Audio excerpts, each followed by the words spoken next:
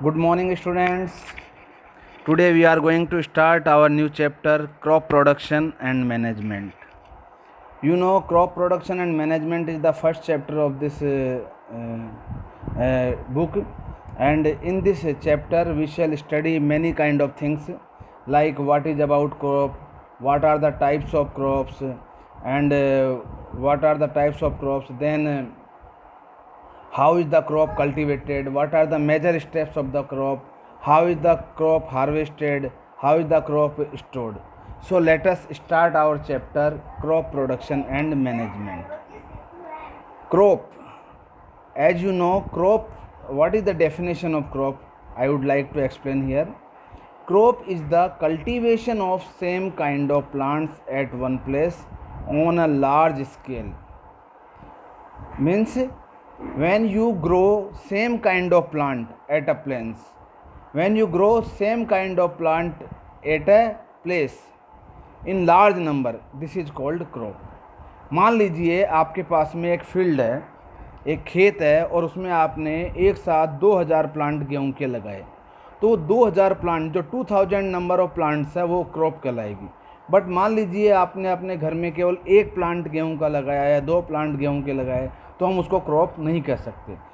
जब भी क्रॉप का कंसेप्ट आपके दिमाग में आएगा तो आपको ये पक्का मान लेना है कि हमें ज़्यादा संख्या में, बहुत बड़ी संख्या में एक जैसे प्लांट को ग्रो करना है. जब एक जैसे प्लांट बहुत बड़ी संख्या में ग्रो करेंगे तब उसको हम क्रॉप कहेंगे. किसी घर में 3 नीम के प्लांट है या 3 मैंगो प्लांट है या 3 टोमेटो के प्लांट हैं, तो हम उसको क्रॉप नहीं कह सकते, क्योंकि क्रॉप के लिए पहली कंडीशन है कि हमें बहुत बड़ी संख्या में बहुत सारे सेम काइंड ऑफ प्लांट एक जगह पे उगाने होते हैं. तो दैट इज़, तो अब अगेन मैं एक बार इस डेफिनेशन को बोलता हूँ, आप सभी इसको नोट भी करें अपनी नोटबुक में. Cultivation of same kind of plants eight one place on a large scale is called a crop.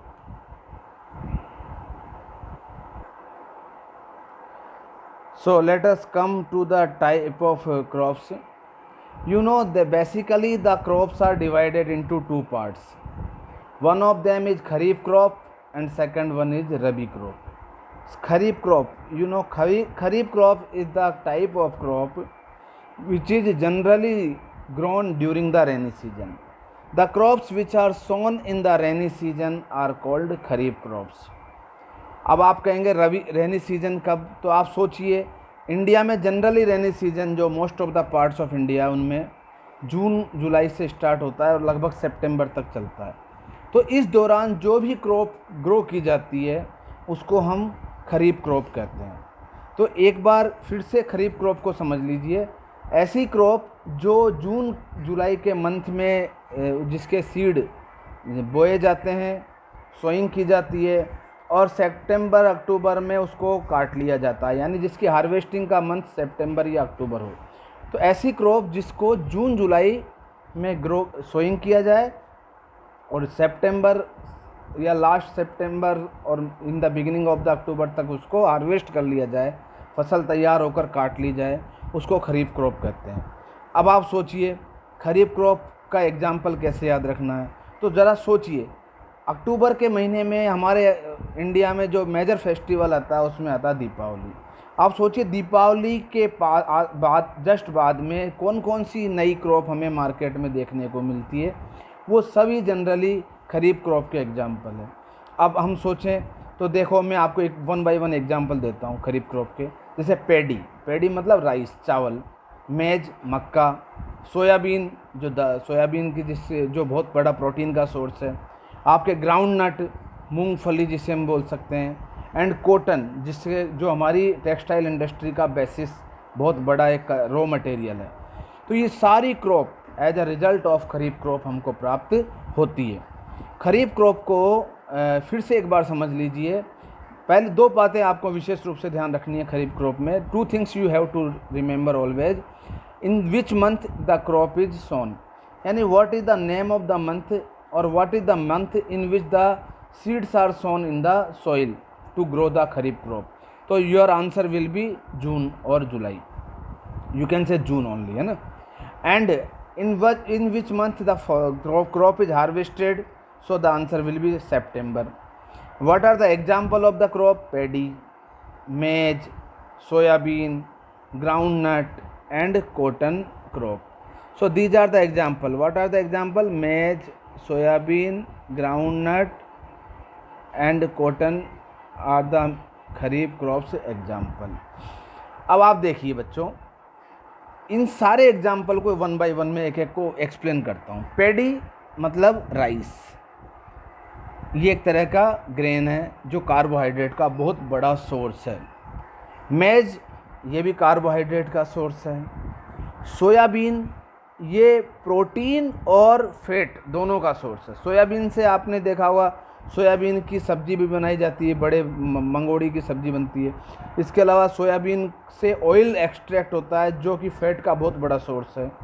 Ground नट, ये ग्राउंड नट भी फैट का एक बहुत अच्छा सोर्स है. कॉटन एक कैश क्रॉप है, नकदी क्रॉप है जिससे टेक्सटाइल इंडस्ट्री में काम में आता है. इसके अलावा कुछ एग्जाम्पल इसके अंदर हैं जो इसमें मेंशन नहीं है, वो आपको मैं समझा दूँ. जैसे मूंग जिसकी दाल हम खाते हैं, उड़द जिसकी दालें हम खाते हैं, ये सब भी खरीफ क्रॉप में ही ग्रो की जाती है. तो आप समझ सकते हो खरीफ क्रॉप में मेजर रूप से हमें प्रोटीन भी मिलता है जो सोयाबीन के रूप में, मूंग के रूप में और उड़द के रूप में मिलता है. कार्बोहाइड्रेट के लिए हमें पैडी मिलता है, मेज मिलता है. और फैट के लिए हमें सोयाबीन भी मिलता है, ग्राउंड नट भी मिलता है. और कॉटन के सीड से भी ऑयल निकाल जाते हैं. आपको पता है गुजरात में कपासिया का तेल बहुत प्रचुरता के साथ खाया जाता है. तो कपासिया जो है अपने आप में एक फैट का बहुत बड़ा, कपास के जो सीड्स हैं, कॉटन के जो सीड हैं, वो फैट का बहुत अच्छा सोर्स है जिसका ऑयल एक्सट्रैक्ट करके उसे as a food material use किया जाता है. और जो ऑयल केक, जो बचा हुआ रेसिड्यू बचता है जिसको हम ऑयल केक बोलते हैं, हिंदी में जिसे खल बोलते हैं, खली, वो जानवरों के लिए एक बहुत बड़ा फूड का सोर्स बनता है. तो बच्चों, खरीफ क्रॉप के बारे में आप सभी ने बहुत अच्छे से सीख लिया होगा. अब हम दूसरी जो क्रॉप है जिसके बारे में आपको बताना चाहता हूँ वो है रबी क्रॉप. रबी क्रॉप का जो सीज़न है वो अक्टूबर से शुरू होता है और मार्च तक चलता है. अब आपको दिमाग में बिल्कुल सेट कर लेना है, यानी अक्टूबर, नवंबर, दिसंबर, जनवरी, फरवरी एंड मार्च, यानी इस पीरियड में जो फसल तैयार होती है खेतों में, द फसल which is grown in the fields in this period, that is generally a winter season actually. तो that crop is known as rabi crop. अब आपको पता होना चाहिए रबी क्रॉप जो है बेसिकली, रबी क्रॉप है वो बेसिकली एक विंटर क्रॉप है. और विंटर क्रॉप है इसका मतलब कि विंटर में आपको पता है डे, जो ड्यूरेशन ऑफ डे है वो शॉर्टर देन समर होते हैं. तो विंटर में जो क्रॉप ग्रो की जाती है उनके फ्लावर के लिए जो अमाउंट ऑफ लाइट है वो कम चाहिए. इसलिए जनरली जो क्रॉप विंटर में ग्रो की जाती है उस क्रॉप को हम समर में क्रॉप करना चाहें तो उतनी अच्छी हमें प्रोड्यूस प्राप्त नहीं होता. ठीक उसी तरह खरीफ की क्रॉप के लिए लॉन्ग ड्यूरेशन ऑफ सनलाइट चाहिए, फोटो पीरियड उसका ज़्यादा है. तो उस क्रॉप को हम उसी सीज़न में यानी रेनी सीजन में ही ग्रो करेंगे तो हमें अच्छी क्रॉप मिलेगी. अदरवाइज़ अगर हम उसे विंटर में ग्रो करेंगे तो हमसे बेटर रिजल्ट नहीं मिलेंगे. आजकल हम देखते हैं कई फसलें हमें दूसरे सीज़न में भी देखने को मिलती है. तो उसका रीज़न है कि उनको आर्टिफिशियली तैयार किए गए ग्रीन हाउस फार्म में तैयार किया जाता है, जहाँ पर लाइट के अमाउंट को आर्टिफिशियली कम या ज़्यादा किया जा सकता है और अकॉर्डिंगली हमें हर मौसम में हर फसल मिल जाती है. पर जनरली उनकी जो क्वालिटी है, न्यूट्रिएंट क्वालिटी है, वो वैसी नहीं होती जो कि एक सीजनल क्रॉप की होती है. इसलिए हमेशा दिमाग में एक चीज़ रखो बच्चों कि हमें हमेशा सीजनल फ्रूट्स ही ज़्यादा प्रीफर करने चाहिए, सीजनल क्रॉप्स को खाना चाहिए. ठीक वैसे ही रीजनल फ्रूट्स और रीजनल क्रॉप्स को भी प्रीफर करना चाहिए, क्योंकि जो चीज़ एक पर्टिकुलर सीजन में ग्रो होती है उसके लिए optimum temperature, optimum climatic condition, optimum nutritions easily crop को मिलता है और वो प्रचुर मात्रा में उपलब्ध होती है, सफिशिएंट अमाउंट में ग्रो होती है और उससे जो न्यूट्रिशन वैल्यू होती है उसकी वो भी अच्छी होती है. दूसरी बात, इकोनॉमिकली भी वो सस्ती होती है मार्केट में। जो अगर हमें मान लीजिए कोई हमें ग्रेप्स की बात करें, और ग्रेप्स हमें पता है कि इसमें फरवरी मार्च के महीने में इजीली अच्छी मात्रा में संख्या में मिल सकते हैं और उनकी कॉस्ट भी कम होती है। वही ग्रेप्स जो हमें 60 रुपीज़ पर केजी अगर हमें अभी मिल रहे हैं, अगर हम उसे विंटर में या नवंबर के मंथ में लेंगे तो वो हमें उस रेट में नहीं मिलेंगे, कॉस्टली मिलेंगे। उनका टेस्ट भी प्रॉपर वो नहीं होगा, उनकी क्वालिटी ऑफ न्यूट्रिएंट भी वो नहीं होगी, क्वांटिटी ऑफ न्यूट्रिएंट भी वो नहीं होती है। कई बार हम कह सकते हैं प्रिजर्वेटिव भी उनमें ज़्यादा यूज किए जाते हैं, कई केमिकल्स का भी ज़्यादा यूज किया जाता है। इसलिए मेरा मानना है कि हमें हमेशा सीजनल क्रॉप्स को प्रीफर करना चाहिए, और रीजनल क्रॉप्स जिस क्षेत्र में हम रहते हैं उस क्षेत्र की क्रॉप्स को हमें ज़रूर खाना चाहिए, क्योंकि उस क्लाइमेटिक कंडीशंस को वो सूट करती है और वो हमें उस क्लाइमेट में सर्वाइव करने में हेल्प भी करती है। तो आज दूसरी जो सेकंड टाइप ऑफ क्रॉप है वो है रबी क्रॉप। रबी क्रॉप में क्या होता है देख सकते हो आप, rabi crop the crop grown in the winter season, the crop grown in the winter season, that is from October to March. October to March is the period of the crop in which the crop is grown, that is rabi crop, and these crops are generally called rabi crops. Example है आपके इसके wheat, very good, gram, P, mustard and linseed. अब मैं एक बार फिर से आपको बताना चाहता हूँ कि वन बाय वन देखिए, एक एक एग्जाम्पल को देते जाते हैं। वीट, आपको पता है वीट हम सभी लोग खाते हैं, गेहूँ, और wheat is the major source of carbohydrate. हमारी फूड का जो मैक्सिमम एनर्जी हमें कोई प्रोवाइड करता है तो कौन प्रोवाइड करता है? कार्बोहाइड्रेट। पर केवल वीट खा के हम सर्वाइव नहीं कर सकते, तो हमें प्रोटीन की भी ज़रूरत पड़ेगी। तो इस सीज़न में हमें प्रोटीन के लिए कौन मिलता है? ग्राम मिलता है। ग्राम यानी जिसे हम चना बोलते हैं। अब चने से आपको पता है बहुत सारी चीज़ें बनती है। चने की डायरेक्ट चने को बॉईल करके भी खाते हैं, चने को स्प्राउट करके भी खाते हैं, चने की दाल भी बनाई जाती है, दाल से चने का फ्लोर बनता है, बेसन जिसे हम बोलते हैं, तो वो भी प्रोटीन का एक बहुत अच्छा सोर्स है। जो लोग वेजिटेरियन हैं उनके लिए प्रोटीन के दो ही मेजर सोर्स हैं, पल्सेस एंड मिल्क। जो लोग नॉन वेजिटेरियन हैं उनके लिए पल्सेस और मिल्क तो होंगे ही होंगे, साथ में वो फिश, एग और मीट को भी, जो कि जिसे फ्लैश कहते हैं, वो भी प्रोटीन का सोर्स है। पर जहाँ तक हम क्रॉप प्रोडक्शन की बात करते हैं तो क्रॉप प्रोडक्शन में जो मेजर सोर्स ऑफ प्रोटीन है वो हमारा ग्रेम है। तो ग्रेम की जो क्रॉप है, जो ग्रेम है वो क्रॉप हमें रबी सीजन में प्राप्त होती है। अब अलॉन्ग विद ग्रेम एक और प्रोटीन का सोर्स है हमारे पास, पी, जिसे मटर बोलते हैं। पी प्लांट जो है बहुत अच्छा प्रोटीन का सोर्स है।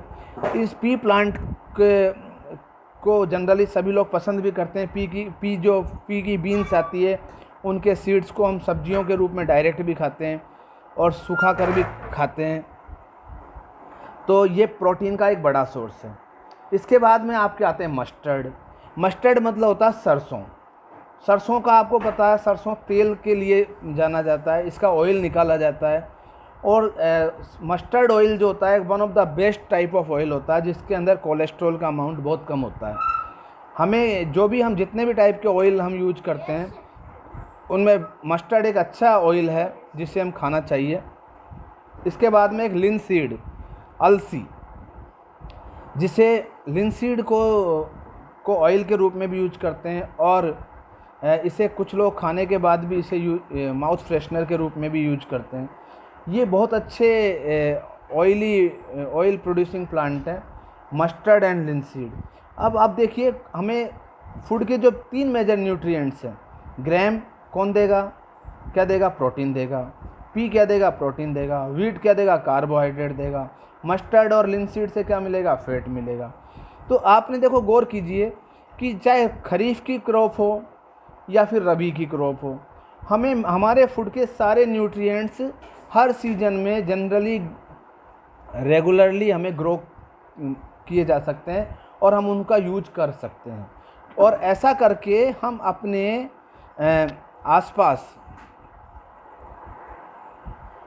आसपास के जो कम्युनिटी है उसको सारे न्यूट्रिएंट्स ईजीली प्रोवाइड कर सकते हैं, क्योंकि न्यूट्रिएंट्स की अवेलेबिलिटी हमारे लिए सबसे इम्पोर्टेंट है।